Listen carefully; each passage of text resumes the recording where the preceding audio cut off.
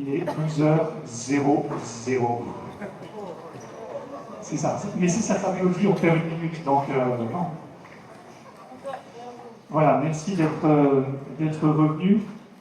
On va être sur un format un petit peu différent avec 5 invités pour nous aider à réfléchir au thème « La création a besoin de notre engagement ». Voilà, on va essayer de voir ensemble à partir, j'allais dire d'exemples, mais c'est pas joli, vous n'êtes pas des exemples, vous êtes des personnes engagées, vous êtes des vies partagées, etc.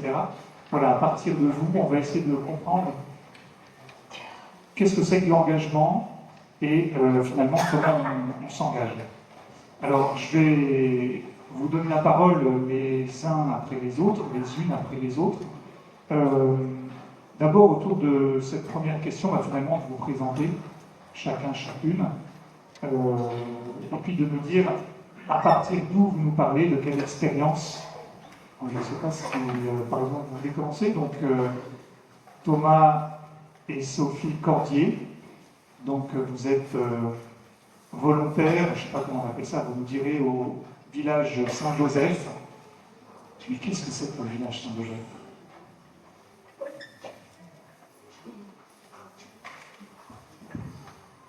Bonjour, on est Sophie et Thomas et on est famille accueillante au village Saint-Joseph de Plounévez-Quintin. Donc on vous parle depuis le centre-Bretagne. On est installé là-bas depuis 1 an et demi avec nos 2 enfants, Gabriel qui a 3 ans et Paul qu'on a accueilli là-bas parce qu'il a 9 mois. Donc le village Saint-Joseph, c'est une association qui a plusieurs entités en France. Il y a plusieurs maisons du village Saint-Joseph. Et donc ce sont des petits foyers d'accueil de personnes en précarité. Donc c'est vraiment des foyers à taille familiale. On accueille entre 7 et 9 personnes dans des milieux plutôt ruraux. Et c'est une association qui a été fondée par Katia et Nathanaël Gay avec leurs 3 enfants. Et donc ils appellent ça des petites églises domestiques ou des petits foyers d'amour. Voilà, on a une vie très rythmée, donc les personnes qui sont accueillies, on vit avec elles en fait, et donc on a eu des journées très organisées avec qui sont basées sur 3 piliers. Donc on a une vie de prière, une vie d'activité et une vie fraternelle. Ces 3 piliers qui sont importants pour donner un cadre sécurisant et rythmé à ces personnes qu'on accueille. Quelles sont les personnes que vous accueillez, des personnes que vous accueillez? Alors, c'est vraiment des personnes qui ont choisi de venir. Donc, c'est des personnes qui nous appellent et qui viennent en semaine de découverte pour voir si le village pourrait leur correspondre. Et donc, c'est beaucoup. On n'a pas un profil de personnes accueillies, comme dans d'autres associations qui parfois sont, on peut dire, peut-être spécialisées dans un domaine. Mais on accueille beaucoup de personnes qui viennent en post-cure, donc qui ont des addictions à l'alcool, à la drogue, beaucoup de personnes qui ont subi des violences, des personnes qui ont des maladies psychiques. Voilà, mais on exige que ce soit des personnes qui ont déjà eu un parcours médical avant, parce qu'on offre seulement un cadre familiale et du coup on n'est pas une structure médicalisée, donc il faut vraiment que les personnes qui arrivent chez nous voilà, aient déjà entre guillemets soient rentrées dans un parcours pour déjà gérer tout ce qui est médical, et après nous on continue à les accompagner dans ce sens-là au village. Et Thomas, s'engager en famille, ça veut dire quoi? Eh bien, c'est une bonne question. S'engager en famille, c'est une notion d'équilibre. Nous, on est kinés tous les deux de formation, donc l'équilibre, c'est quelque chose qui nous parle. Mais l'équilibre, par définition, il est instable et il nécessite en permanence d'être réajusté. Et donc, pour nous, c'est être engagé en mission. En fait, si on répondait sans cesse aux besoins et aux demandes de nos frères et sœurs, c'est comme ça qu'on les appelle, les accueillis, c'est les frères et sœurs, on pourrait être en mission jusqu'à 23h et puis recommencer à 7h le lendemain matin. Mais pour nous, l'équilibre, c'est du temps donné à nos enfants et à notre couple. Donc c'est par exemple, passer 18h, on leur dit, à moins d'une urgence, et notre formation médicale nous dit qu'une urgence, c'est vital. À moins qu'il y ait une urgence, et on vous demande de reporter la demande au lendemain et maintenir l'équilibre. Du coup, c'est passer du temps avec nos enfants, et je pense qu'on passe pas mal de temps avec nos enfants comparé à nos amis qui ont des vies entre guillemets normales, engagées dans un CDI, dans telle ou telle boîte.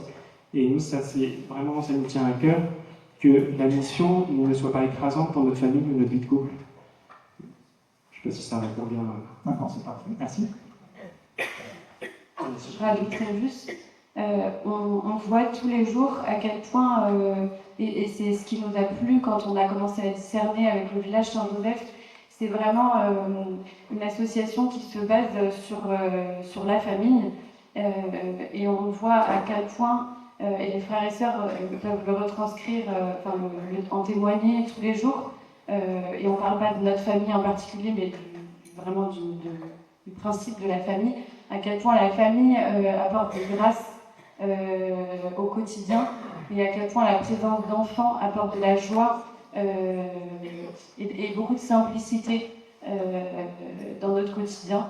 Et on pense que c'est quelque chose qui est bon à remettre un petit peu au centre de nos vies. Merci beaucoup, Sophie et Thomas. Christine Fisset. Donc, Christine, tu es membre d'une fraternité séculière et tu as fondé une association qui s'appelle Propolis. Alors, pour moi, la Propolis, c'est le truc cher qu'on trouvait en pharmacie pour avoir bonne santé. Mais j'imagine que c'est pas ça. C'est quoi Propolis? Alors, effectivement, le nom est tiré de la substance fabriquée par les abeilles pour entretenir la ruche. Mais c'est une allégorie, un symbole. La ruche, c'est la maison commune du pape François, de la Laudato Si.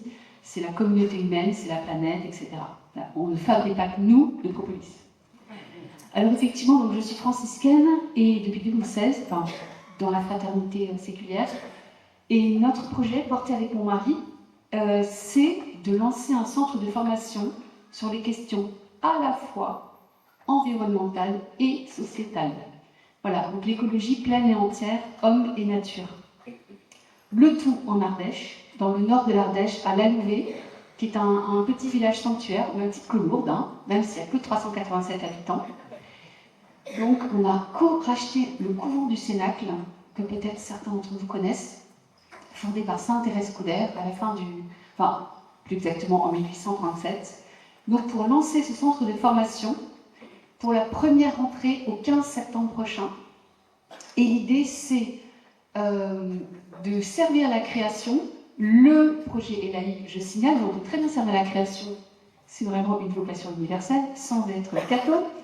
En tout cas, notre projet, lui, vise à former jusqu'à 50 personnes, étudiants, ou en tout cas majeurs, mais c'est sans aucune limite d'âge, à la fois sur ces questions environnement et société. Exemple, sur l'environnement, le dérèglement climatique ou la biodiversité. Et puis côté plus sociétal, ça va être la bioéthique ou la vulnérabilité, le handicap ou la justice sociale. Donc former intellectuellement les personnes pour qu'elles aient des éclairages sur les grands enjeux contemporains, des clés de compréhension, et ensuite leur donnant la capacité de poser des gestes plus justes envers les autres et la nature. Voilà. Donc ça, c'est la partie intellectuelle. Ensuite, parce qu'on voudrait vraiment que le projet soit incarné dans une vie concrète, l'idée c'est d'accueillir pendant 9 mois ces étudiants-là, donc avec une vie collective, sur place, dans ce couvent. On a 58 chambres, donc c'est pratique. Et enfin, le troisième volet, c'est la découverte de l'Ardèche, qui est un magnifique département, et la région Auvergne-Rhône-Alpes. Voilà, pas vivre en vase clos, être aussi au service du village, parce qu'il y a plein de gens à aider et avec lesquels être en interaction, et découvrir donc ce territoire superbe. Voilà, le tout pour servir la création à travers la relation à soi-même, aux autres, à Dieu ou à la quête de sens, et à la nature. Voilà en quelques mots. Et les formateurs vivent avec les étudiants, ils viennent d'autres institutions. Alors les intervenants viendront à la semaine parce qu'il y aura un thème traité à la semaine et ils pourront très bien être en résidence pendant la semaine en dehors des heures de cours. Mais il est évident que ceux qui vivront sur place seront vraiment une infime minorité. Donc ils viendront pour la semaine. Voilà. Merci beaucoup. Et je note que c'est aussi un engagement de couple. Un engagement, même tout à fait. question qu'à Sophie et c'est Thomas. vrai. Comment est-ce qu'on s'engage en couple Alors, ce genre d'aventure? Oui, bien sûr. Mon mari, Émeric, est un ancien grand voyageur. Il a fondé les éditions transboréales de récits de voyage. Il n'est pas catholique, mais il est très respectueux de la foi. Et on partage beaucoup de constats sur l'état du monde. Moi, je suis plutôt, du point de vue sociétal, engagée, à la fois par un parcours administratif et associatif. Et j'ai travaillé notamment pour l'association Le Rocher, en banlieue, à Bondy, dans le 93. À Marseille aussi.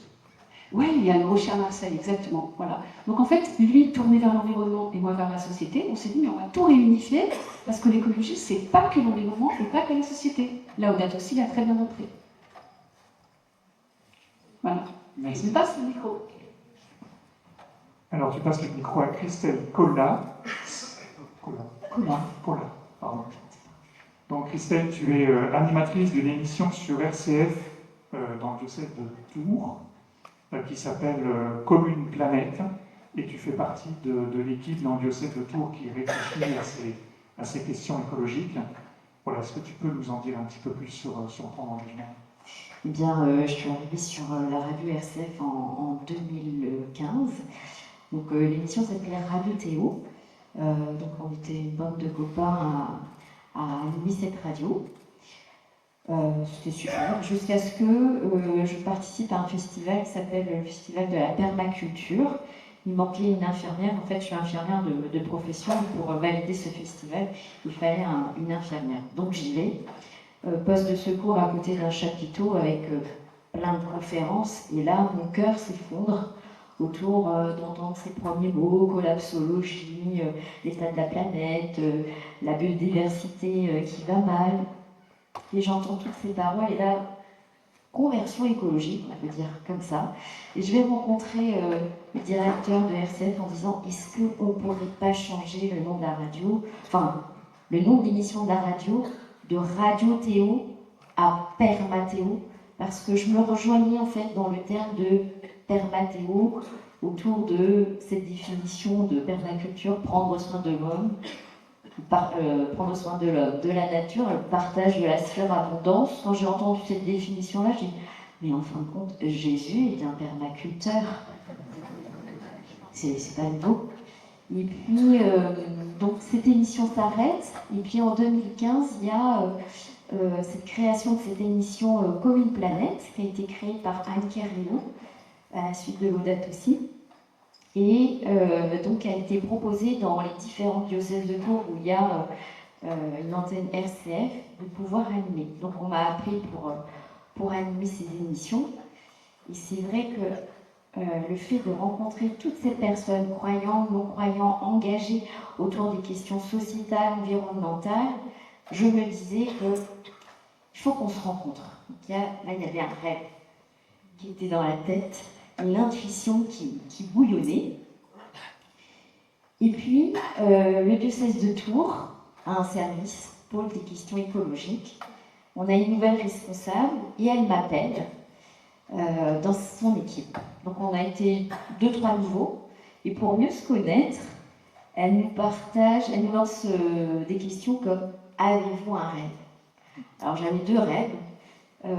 Le premier rêve, c'était faire des afters de la transition dans un café tout près dans mon quartier, avec, de façon conviviale, et faire un festival. Bon, ce festival de la rencontre. Et donc, quelques-uns, ils font « Ok, on te suit, Christelle ».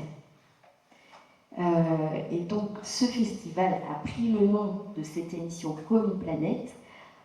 Tout cela dans la pédagogie de l'encyclique, avec, pour faire simple, c'est des associations principalement non chrétiennes, avec des conférences et des temps conviviaux pour vivre ensemble ce souci de la création.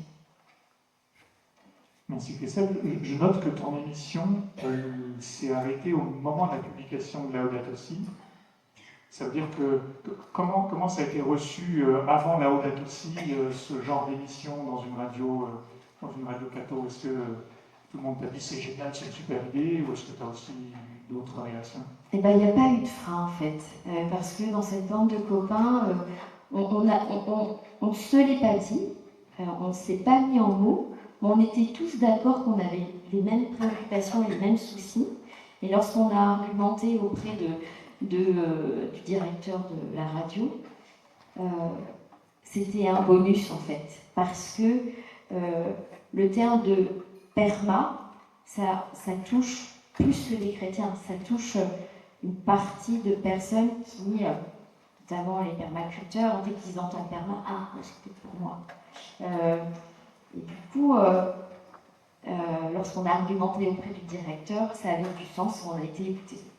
Peut-être je me rends compte, permaculture, tu peux nous définir en 2 mots ce que tu entends par permaculture, ce que c'est que la permaculture? C'est vrai que dès qu'on dit permaculture, on voit la terre, mais c'est une philosophie.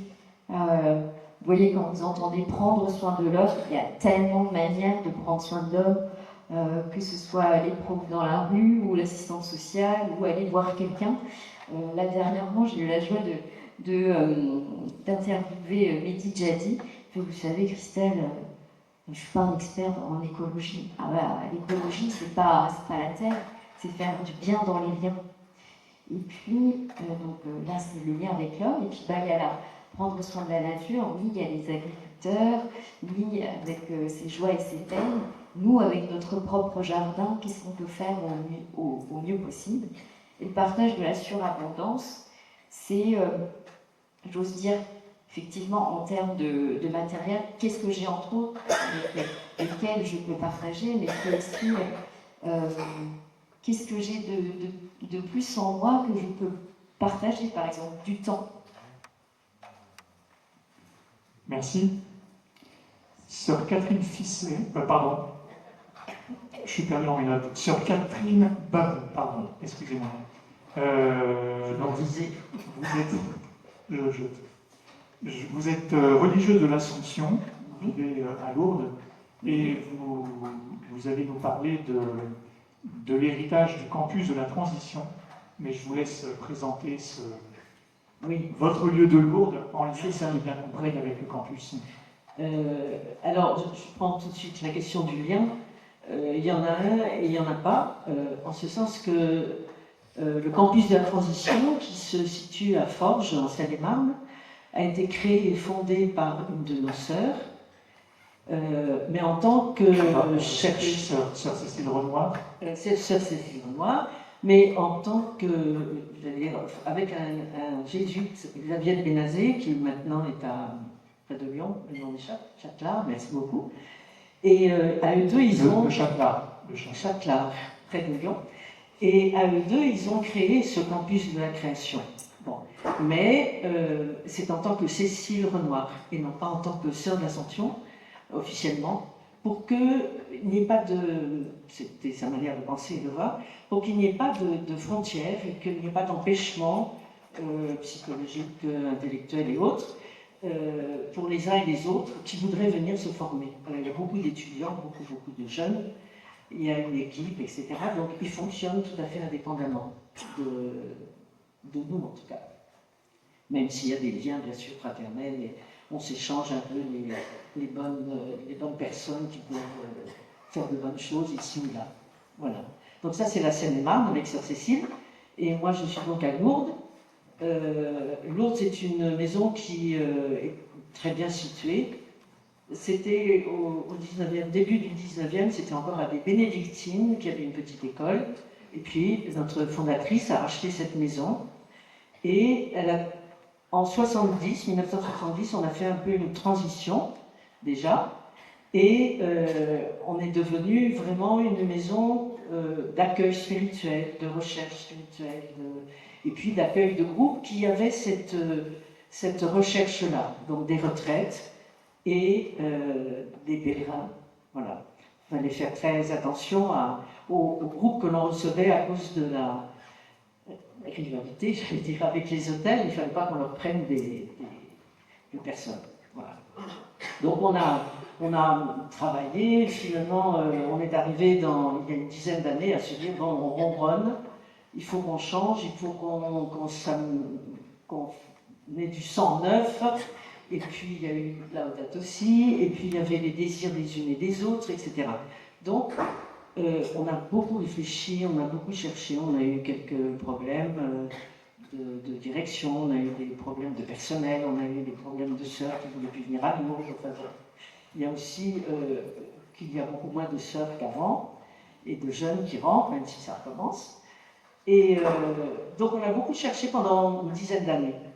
On avait commencé à travailler avec le village de François, pour ceux qui l'ont peut-être entendu parler, et puis finalement ça n'a pas marché. Donc là on était dans le désespoir le plus profond, la désolation, comme dit Saint-Ignace, et on a pu rebondir grâce à des amis qui avaient eux un projet. Et ça, c'est une chose à laquelle on tient beaucoup, c'est qu'on a redémarré quelque chose avec des laïcs et avec le personnel de la maison. Ce qui fait que quand on dit, on parle pas beaucoup d'équipe de l'eau, mais je vais dire ça maintenant pour situer, il y a la directrice, il y a celle qui s'occupe des finances, il y a celle qui est à l'accueil, ce sont des laïcs, et puis il y a l'homme d'entretien qui est là aussi. Et il y a 4 sœurs pour l'instant, on en aura une de plus en septembre.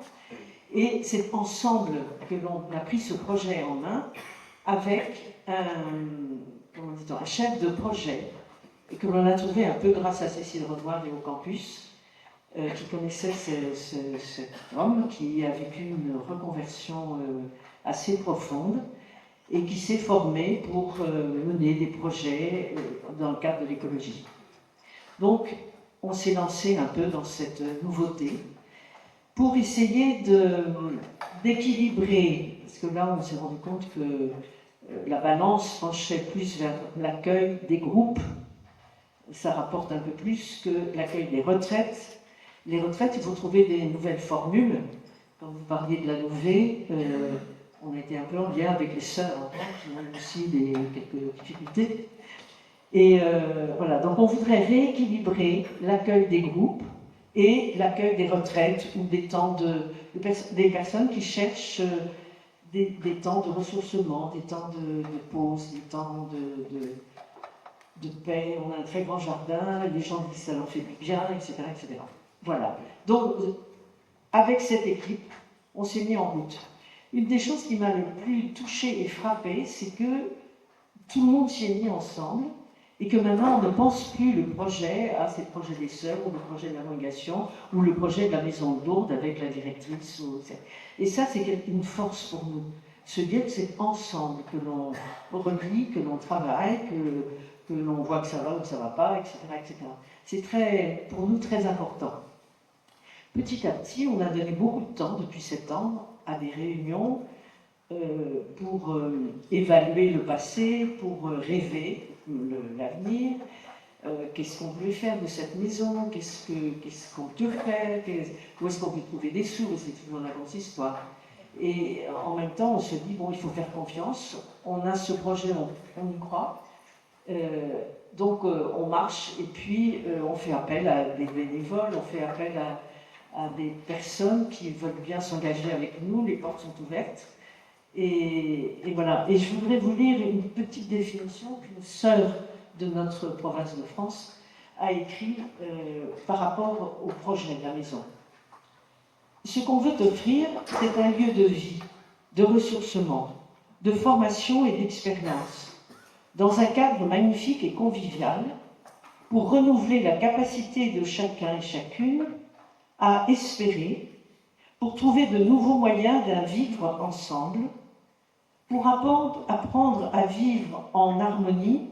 Et j'aime bien votre réflexion à propos de l'alliance et l'harmonie, parce que l'harmonie, ça me paraît tellement difficile. Vous allez changer de... Oui, je vais barrer son affaire là. Je ne vais pas lui dire, parce que je crois qu'elle tient à l'harmonie. En alliance avec dans le respect donc avec son environnement naturel et humain, et pour retrouver le contact avec la nature et créer des liens. Alors c'est une belle parole, mais ça lui est sorti du cœur en fin d'une session qu'on avait faite sur la communication.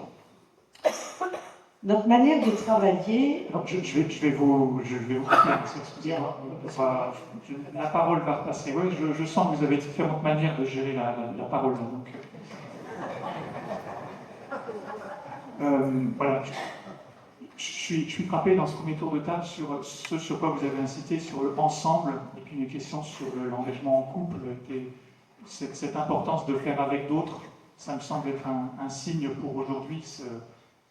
Le pape François parle d'identité peut-être, mais cette importance de casser des frontières qui permettent pas de réfléchir justement ensemble. Voilà, simplement pour souligner ça.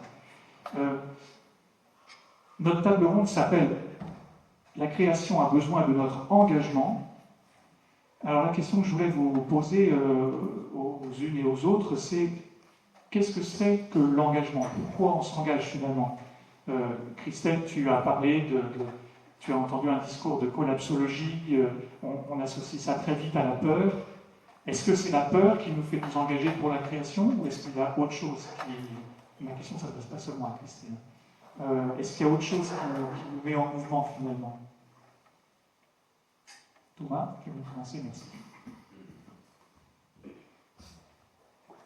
Un point de départ de notre engagement, c'était déjà un constat.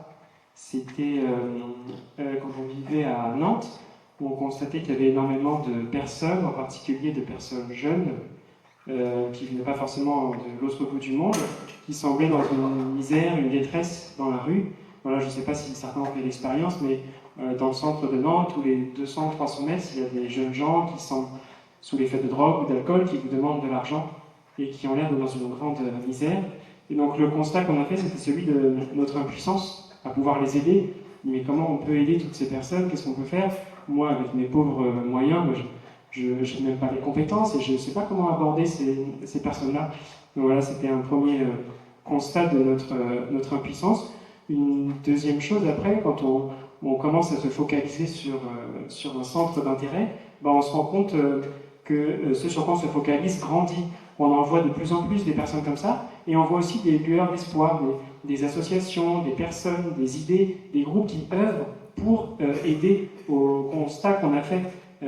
Et donc, en se rapprochant de ce constat, en se rapprochant des gens qui aident et des solutions qui existent, il y a déjà des belles choses qui existent, et c'est là qu'on va reparler du village de François, mais nous, on a commencé un chemin de discernement au départ avec le village de François. On trouvait que c'était une belle proposition. Et donc, ce que j'avais dit aussi, on en a parlé ce matin, c'était à la sortie des églises, il y a toujours des dépliants, des flyers qui sont là, et il y a plein de choses, de belles propositions qui existent. Et voilà, on a un petit peu suivi la voie intérieure aussi, les appels de personnes qui nous disaient « Ah, je vous verrais bien dans telle chose, je vous verrais bien faire ceci, cela ». Et voilà, on a vu ça un petit peu comme des clins d'yeux. On a suivi ces conseils, ces recommandations, et puis la curiosité qui est née à l'intérieur de nous, il y avait comme un petit feu qui nous brûlait, qui était de plus en plus intense et ardent, nous invitait à poursuivre nos recherches jusqu'à trouver notre cheminement qui nous a conduit tout simplement par Google, par Internet, jusque dans les villages Saint-Joseph. Donc voilà, je pense que la main de Dieu nous a conduits, c'est souvent un peu posteriori qu'on s'en rend compte, mais vers le village Saint-Joseph. Et voilà, c'est une invitation à suivre la petite voie intérieure. Il y en a qui vont être plus sensibles, peut-être à la cause des migrants, d'autres qui vont être sensibles à la fin de vie, d'autres au contraire plutôt au fœtus, l'avortement, etc. Donc voilà, il y a des tas de constats, il y a des tas de manières de se mettre on va dire en colère, mais après il y a le moteur de l'action qui se met derrière, et je crois qu'on reçoit des grâces pour ça. Ce matin, tu me parlais du cerveau qui s'élargissait.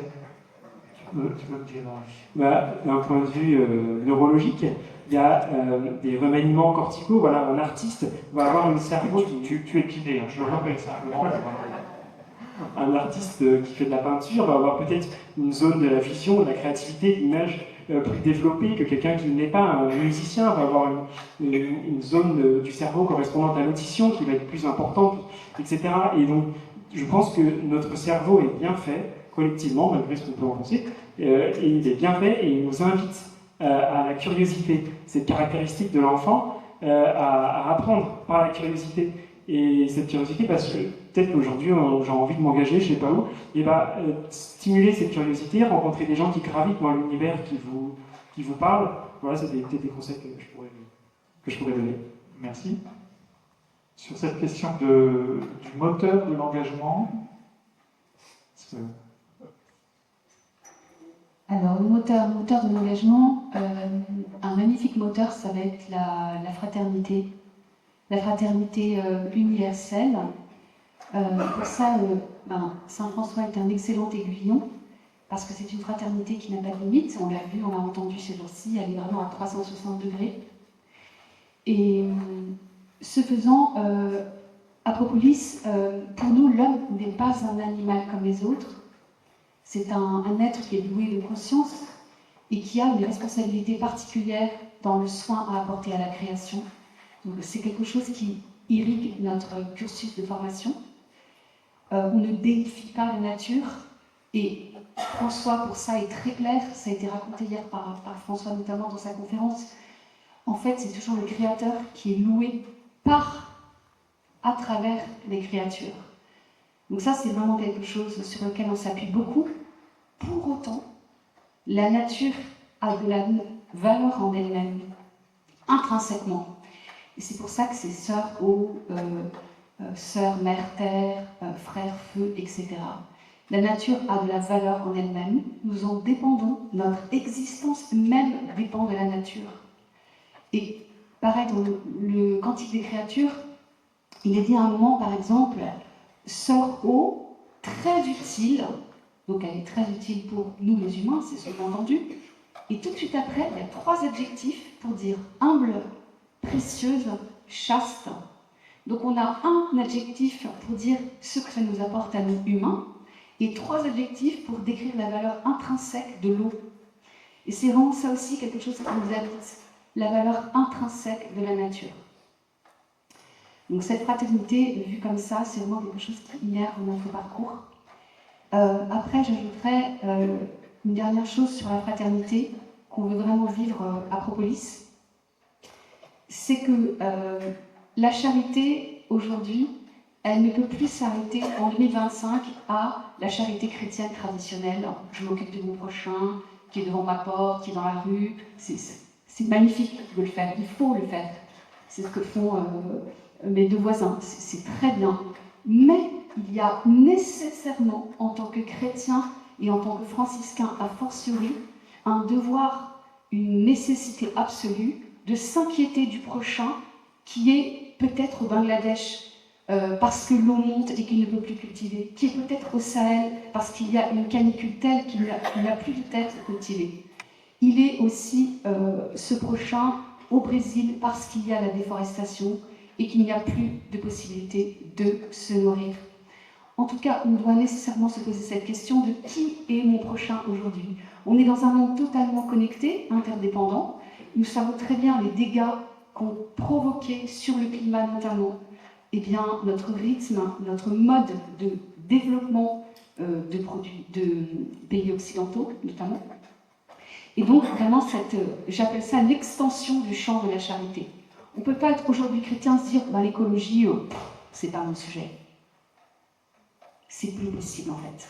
Laudato Si l'a dit, il a clamé il y a 10 ans, et c'est très lent à pénétrer les esprits. Mais il me semble que nous, franciscains, alors nous à travers Acropolis, mais on a tous, en tant que franciscains et en tant que chrétiens, vraiment notre partition à jouer là-dessus. Voilà ce que je voulais aussi dire.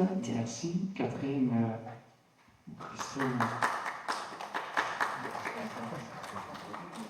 Sur l'engagement, sur le moteur de l'engagement. Le charisme de la congrégation, c'est l'éducation. Bon, l'éducation dans les établissements scolaires, bien sûr, mais partout ailleurs. Et je crois que notre moteur, c'est l'éducation à la foi. Nous sommes très frappés dans la communauté, notre équipe, par le nombre de personnes qui viennent et qui viennent parce qu'ils ont entendu parler de Lourdes sans savoir exactement ce que c'est, qui vont demander mais où est la grotte, mais qu'est-ce que c'est à la grotte, on est juste en face, hein, un peu en hauteur. Les gens se posent beaucoup de questions, cherchent un sens, on vit, bon, ça se dit beaucoup, mais c'est vraiment, on le touche du doigt. Et ça nous confirme et conforte dans ce travail d'éducation à la fois, d'ouverture à la personne qui cherche ou qui ne sait pas qu'elle cherche. Et bon, on parlait de l'écoute, vous parliez de l'écoute tout à l'heure, être là à écouter simplement peut-être cette recherche qui de temps en temps a un vocabulaire extraordinaire, où on se demande ce qu'on recherche.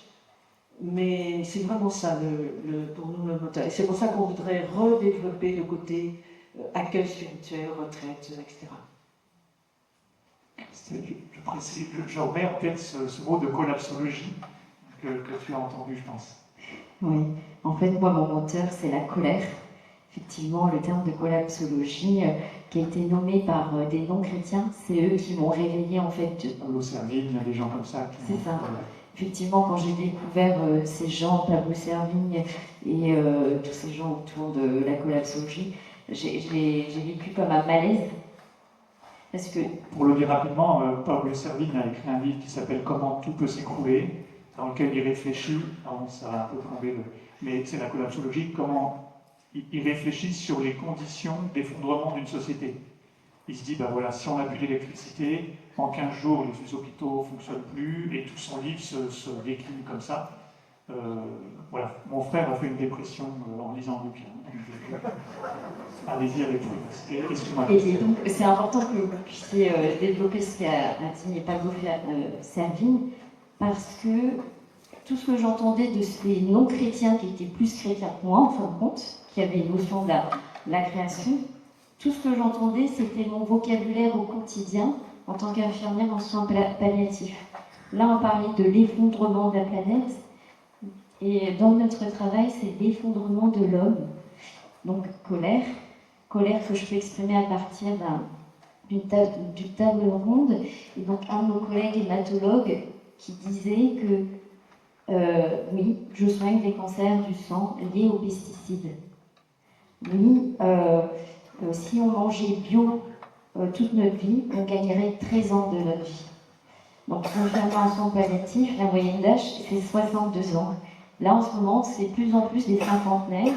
Et là, de plus en plus, on a des trentenaires et accompagnement des enfants. Stop aux pesticides, stop aux haribots, stop aux colorants. Donc, c'est tous ensemble. Donc, c'est avec une colère, en fait. Enfin, voilà. Ça m'énerve. Et le moteur, la colère comme moteur de l'engagement qui nous... Voilà. Mais ce qui m'anime, c'est toute cette traversée avec le Christ. C'est comment se planter tous ensemble, mais dans l'espérance. D'où le festival comme une planète, et de voir ces gens avec conviction. Et tout rentre dans une amitié sociale. Je vois encore un apiculteur qui, je ne savais pas que c'était un apiculteur, je cherche des bénévoles. Et donc, je reçois un mail en disant je vais être bénévole au festival, et ici, apithérapie, apiculteur. Je ne voulais pas tenir un stand. Oh bah pourquoi pas. Puis on échange, et là, dans son échange, il nomme le terme de récit. Moi, ça m'a fait tilt. Est-ce que vous ne voulez pas parler, raconter l'écologie à des enfants dans une dynamique de récit? Et je lui propose de découvrir ce lieu qu'on a sur le diocèse de Tours, en centre-ville, 1 hectare de jardin merveilleux. Donc je fais exprès de l'accueillir, de traverser le beau cloître, et il y a un endroit assez merveilleux, c'est l'ouverture sur le jardin. Et là, on ouvre, j'ouvre, il fait, mais moi je connais ce lieu, mais par derrière, c'est un ancien cloître de Carmel. Et donc ça me réjouit qu'on puisse travailler chrétiens et non chrétiens ensemble, et que c'est possible. Merci beaucoup. Ça me fait penser à l'encyclique du pape Fratelli Tutti, dans laquelle il a tout un paragraphe un chapitre sur la parabole du bon samaritain, Et qu'est-ce qui fait que cet homme est touché par l'homme qui est allongé, blessé sur le sol? Et il a des paroles très fortes pour décrire ce qui se passe dans les entrailles, comment il est pris de pitié, ce que ça fait comme colère, comme désir d'engagement, etc., etc. Moi, j'ai une question qui brûle les lèvres en vous écoutant, parce que, et j'ai eu la réaction de certaines personnes après mon intervention. Donc, il faut être présent auprès des gens. Quand on est présent, il faut les écouter, puis il faut bien les écouter. Puis ensuite, mon prochain, c'est pas seulement mon prochain, mais c'est aussi celui qui est au Bangladesh, etc., etc. Et puis, il faut l'aider lui aussi. Wow. Mes journées, elles ont 24 heures. Mon énergie, elle a un certain niveau. Comment on fait pour tenir dans notre situation, qui est une situation tendue? On entend beaucoup les mots d'urgence. La télévision nous envoie des images du monde qui sont pas évidentes. Comment est-ce qu'on tient finalement dans cet engagement? Point. La parole est à vous. Alors effectivement, question provocatrice, mais très juste. C'est mon boulot. Hein. Ouais. Et moi, je fais bien aussi. Alors, en fait, moi, je pense qu'il y a deux autres traits, enfin, il y a un autre trait de la spiritualité franciscaine qui peut bien nous aider à répondre à ça. C'est l'humilité et la simplicité. À la fois du point de vue spirituel et intellectuel, au sens où on ne va pas tout résoudre, on n'est pas les sauveurs du monde, il y en a un pour ça, il a déjà fait le boulot. Par contre, on peut faire des petits gestes, c'est comme la vie de foi, on commence un pas, un pas, un pas, et souvent un pas en amène un autre. Et donc, il ne faut pas se dire, attends, moi je ne suis pas un Saint François d'Assise, je ne suis pas le grand gourou de l'écologie, donc moi je suis trop petit, je ne peux rien faire. Non, c'est comme dans la vie spirituelle, là où on en est, on commence. Et puis après, peut-être on deviendra un saint et un grand exemple écologique. Mais voilà, vraiment les petits pas, mais en tout cas le désir de se mettre en route. Déjà, c'est énorme. De s'informer aussi, de ne pas rester dans sa bulle, parce que c'est par l'information et la curiosité d'esprit qu'on peut décider de faire le bon petit pas. Et après, de façon plus pratique, eh bien, effectivement, Christelle, tu en as un peu parlé, mais c'est vrai que revoir ses modes de consommation, ses modes de transport, sa vie quotidienne, avec l'esprit large et ouvert, peut vraiment nous amener à une conversion écologique progressive. Voilà, donc ne pas hésiter à être dans l'humilité, mais vraiment dans la bonne direction. Voilà ce que je pense. Merci. Moi, je vais peut-être parler plus d'un point de vue pratique.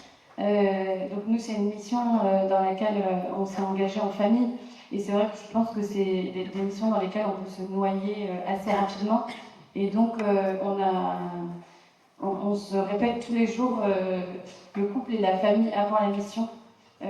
Voilà, prendre soin de notre couple, prendre soin de notre famille pour être bien sur nos appuis, pour pouvoir après aller vivre avec les personnes qu'on accueille et agir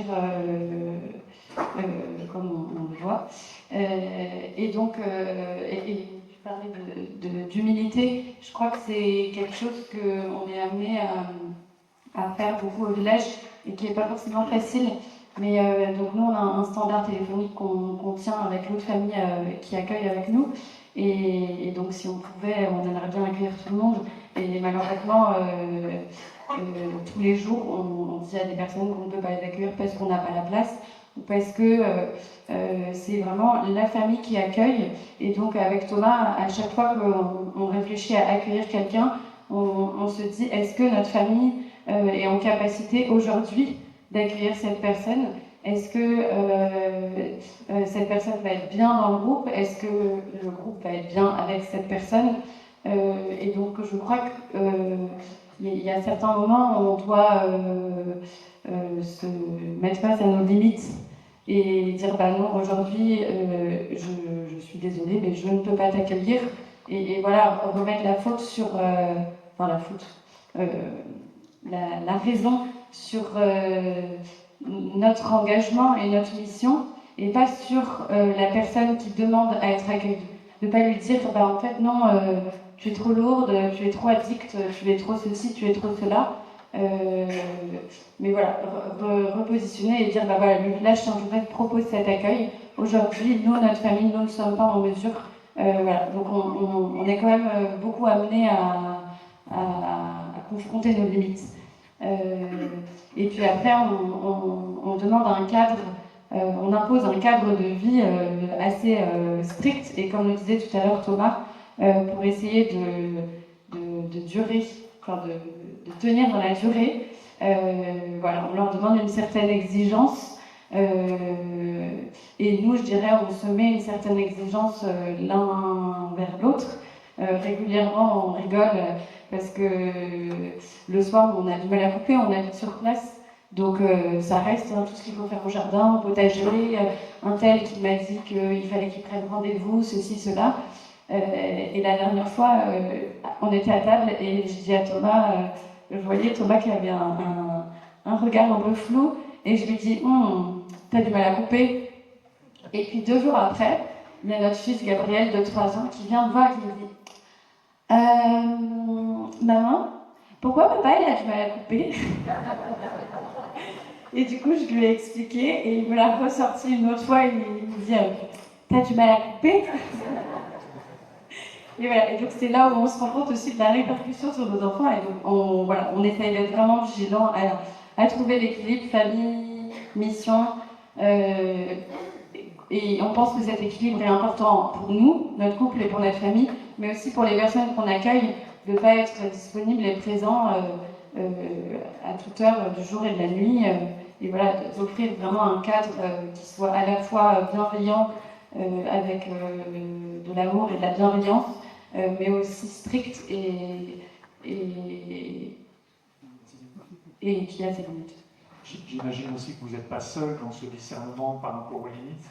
Il y a un accompagnement des... Oui, nous on est accompagnés par une psychologue qui nous fait de la supervision. Avec qui on échange régulièrement. Et puis après, toutes les semaines, on a une réunion avec les autres responsables de maison et avec le président de l'association. Et après, on a tout un réseau de bénévoles qui gravitent autour de l'association. Et aussi, on est un lieu d'accueil. On a à cœur que ce soit un lieu ouvert où chacun, là, si demain vous voulez venir découvrir le village Saint-Joseph de Plounémec-Quintin, vous êtes les bienvenus. Il faut juste appeler avant de vous prévenir.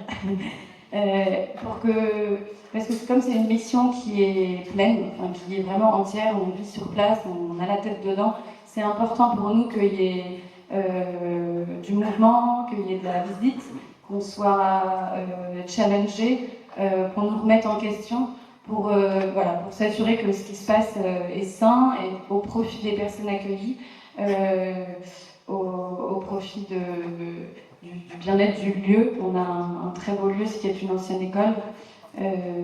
Voilà, donc c'est important qu'il y ait du passage pour s'assurer de l'harmonie.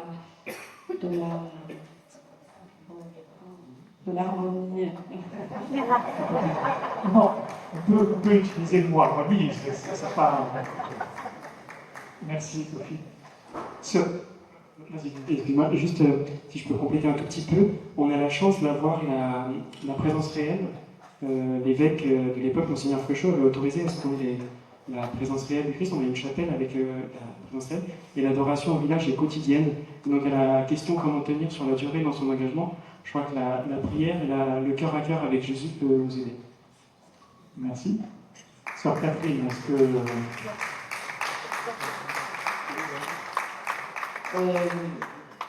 Je pense qu'on a tous vocation à être dévorés continuellement, donc c'est primordial. Une fois pour moi et pour... On peut être dévoré, mais la COREF a monté, là, la conférence des religieux religieuses a monté une cellule spéciale pour écouter les burn-out des religieux et des religieuses. Oui. Donc on peut être dévoré, mais... Oui, il faut faire attention. Alors justement, comment est-ce que... Je crois qu'il ne faut pas rester seul, d'abord. Même si on est en communauté, on peut très bien porter quelque chose tout seul et on finit par éclater. Du coup, on s'effondre. C'est comme le ballon. Voilà. Je pense que le fait d'être ensemble, et en communauté, et en équipe de travail, pour employer un mot que je n'aime pas trop, mais qui dit ce qui est, si on a une visée, un projet aussi réaliste et clair que possible. Ça, c'est notre point de repère.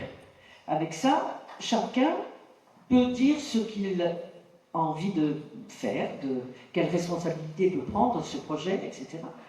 Et toute la communauté élargie peut porter avec lui, c'est que, voilà, lui c'est telle et telle chose, lui c'est l'accueil, bon c'est la... pas quoi, voilà. Et je crois que quand c'est bien organisé et quand la confiance est dans le groupe, on peut s'aider, on peut se porter les uns les autres, on peut se dire dans la confiance, stop, parce que là tu verras, tu vas dormir parce que sinon ça ne va pas. Et on se dit aussi beaucoup, nous, le patron, c'est le projet. Donc ça, on se le dit quand on sent qu'on dévie un peu sur d'autres choses, parce qu'il y a plein de choses à faire. Bon. Notre vie religieuse est rythmée par le temps de prière, etc. tout à l'heure. Donc on a des temps d'office, on a des temps de prière personnelle, on a l'adoration dans la congrégation en tout cas, l'adoration une fois par jour, chacune, un temps d'adoration. Donc on a des garde-fous. Ici on est fidèle, c'est très difficile d'y être fidèle parce qu'on est pris par plein de choses. On peut arriver en retard, on a ceci, on a cela. Si on essaye d'être fidèle mais sans dureté, sans... voilà.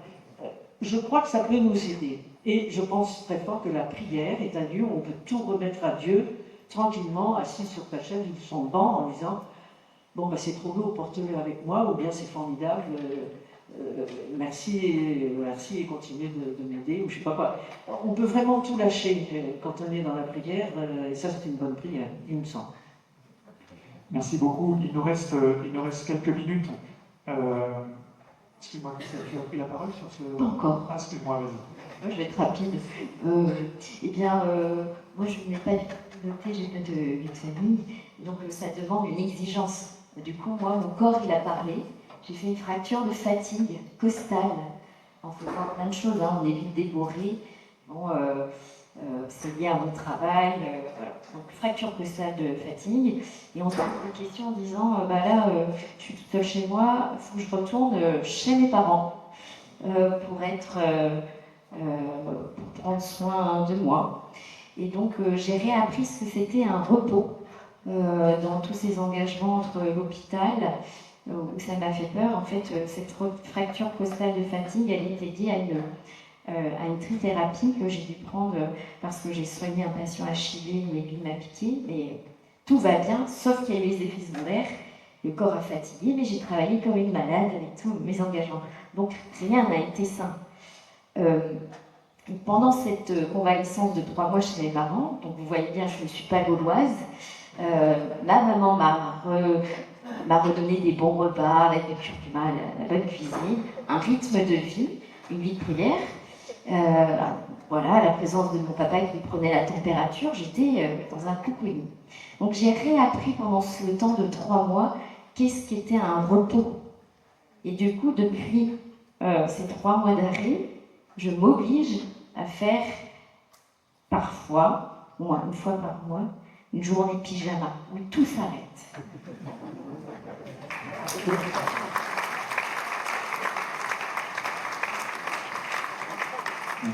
Venez à l'écart pour faire une journée de pyjama, ça pourrait être une citation de l'Évangile.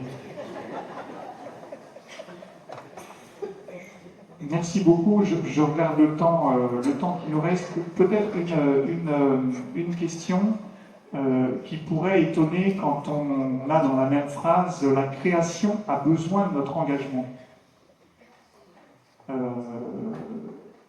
Est-ce que la création a vraiment besoin de notre engagement? Je veux dire qu'il y ait des humains sur Terre ou pas, la création, elle vivra son chemin. C'est l'humain qui a besoin de notre engagement, peut-être.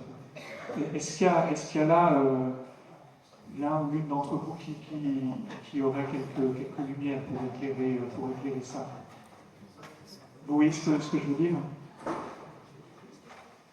Il y a certains qui disent, de toute façon, il n'y a qu'à prier et puis ça va bien aller parce que ça nous dépasse. Ou alors on se met la tête dans le sable parce que ça nous dépasse aussi. Bon, moi, je pense qu'on peut s'appuyer sur la phrase de la Genèse « Dieu vit que cela était bon ». Voilà. Il a créé l'homme vers la fin, donc ça veut dire que la création quand même préexistait avant l'homme, et qu'il compte quand même bien sur l'homme pour entretenir son jardin. Voilà, donc il y a en ce moment des signes des temps, la clameur des pauvres et la clameur de la terre. Et Tibor Kauser, hier, notre ministre international, nous a dit qu'il fallait y répondre et qu'il fallait accepter d'écouter ça et de changer. Je pense que la feuille de route est assez claire. Merci. Sophie, Thomas, et puis ensuite on conclura. Nous, notre réflexion sur la thème, la création des hommes et notre engagement, c'est que l'être humain fait partie de la création, comme tu l'as dit, et pour moi c'est le sommet de la création. Ça ne veut pas dire qu'il ne faut pas s'occuper du reste, mais prendre soin de l'être humain, c'est prendre soin de la création et de constater les mutilations de la création, de constater à quel point elle peut être abîmée, nous fait dire qu'effectivement on n'a pas le choix que de s'engager. Merci beaucoup. On va conclure. Je vous propose de prendre quelques secondes chacun, voilà, et puis d'échanger une dernière chose que vous auriez envie de dire, que vous avez sur le cœur, autour de cette thématique de la création qui a besoin de notre engagement. Moi, je pense qu'on a un sacré bol d'avoir Saint François comme patron, parce que je ne vais pas faire de provoque, mais il n'y a pas beaucoup de saints qui sont autant occupés de la création. J'ajouterai.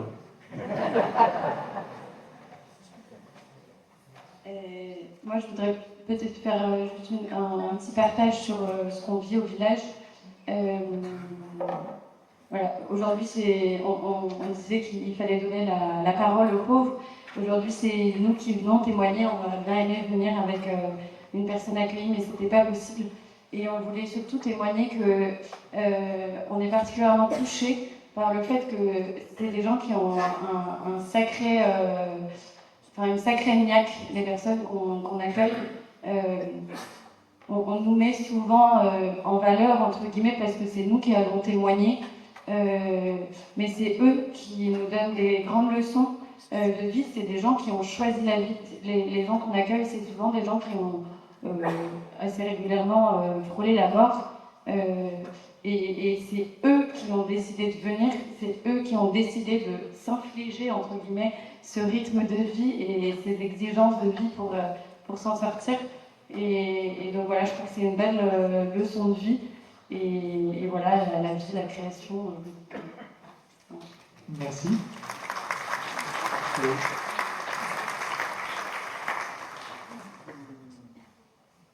J'ai un blanc là, j'ai tellement de choses à dire, mais les têtes brèves, c'est un peu compliqué. Moi, je vais juste raconter vite fait une anecdote. C'était en lien avec le festival, puis par rapport à votre parole de tout à l'heure sur la pauvreté, les pauvres, experts des pauvres. L'année dernière au festival, donc la deuxième table ronde, c'était sur l'écologie. J'en partageais avec Jean-François tout à l'heure. Et la table ronde passe. Et puis là, il y a un jeune de la fraternité Saint-Martin sur le diocèse de Tours. Donc c'est une fraternité qui accueille des personnes qui vivent des situations de précarité, d'exclusion. Donc ce jeune se lève et sa question très frontale, c'est de toute manière, l'écologie c'est pour les bobos. C'était frontal, mais c'est aussi réel. Voilà, c'est une des expériences qui m'avait touchée dans le festival. Et du coup, suite à vos propos, ce festival, j'imagine qu'il faudra partir de cette fraternité pour construire à partir d'eux. Bon, après cette belle phrase, moi peut-être ce que je retiendrai, c'est l'écoute. Parce que quelque part l'écoute, et la nature est à notre écoute, et nous sommes à l'écoute de la nature. j'imagine le paradis après la création, où tout le monde est ensemble, et c'est vers cela qu'on tend pour la vie éternelle. On sera tous ensemble. J'imagine qu'on sera dans une belle nature et que voilà, il y aura un échange de vie, un passage de vie des uns aux autres. Et je crois très fort au passage de vie de la nature à l'homme et à l'homme à la nature. C'est pour finir. Merci beaucoup. On va s'arrêter là. Moi, en vous regardant et en vous écoutant tous les cinq, je repensais à cette phrase de Semprin que je vous ai partagée dans mon intervention qui demandait si on allait avoir la passion, la compassion et la rigueur nécessaires. Il me semble qu'il y a quelque chose de ça que vous nous faites entendre autour de la passion, c'est cette passion pour l'humain, pour la création que vous avez, la compassion, c'est comment on se laisse toucher aussi sans s'écrouler, mais on est touché par ces personnes-là. Et puis la rigueur nécessaire, c'est-à-dire à un moment donné, cet amour-là, il doit aussi passer par une mise en mots, par une mise en idée, en concept, pour être mieux partagé et mieux vécu, en fait. Voilà. Merci beaucoup Catherine, merci beaucoup Christelle, merci beaucoup Christine, merci beaucoup Sophie, merci beaucoup Thomas.